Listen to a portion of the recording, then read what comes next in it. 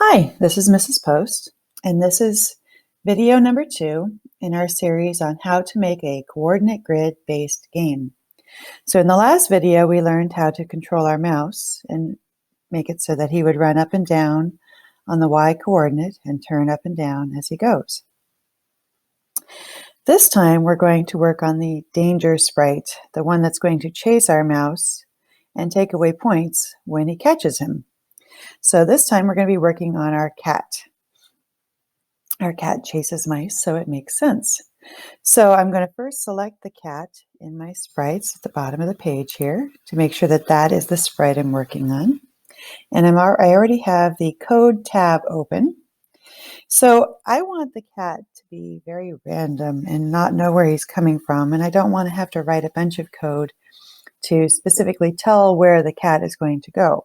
So I'm going to use my motion blocks, and I'm going to use go to random position.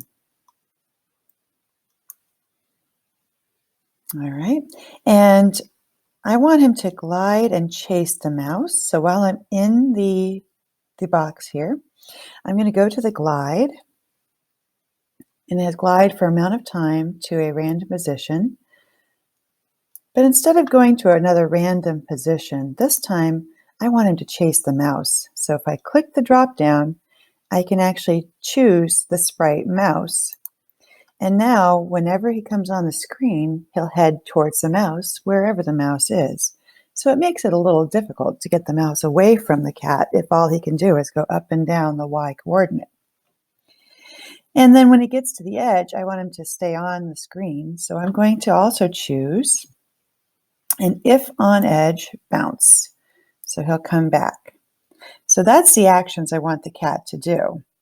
So in order to make him do that and do it repeatedly, I need to go into my control blocks, and I want to get a repeat block that repeats forever, for as long as the game is going on, and I'll put that around everything. And I want that to happen on start. So I'm going to go into my event blocks and choose when clicked. So now when the game starts, the cat will go to a random position and start gliding towards the mouse. And if it hits the edge, it will bounce, and it will repeat this over and over and over. So let's see what happens now when I hit start. So as you can see, he's going towards the mouse wherever the mouse is, and he's coming from different directions.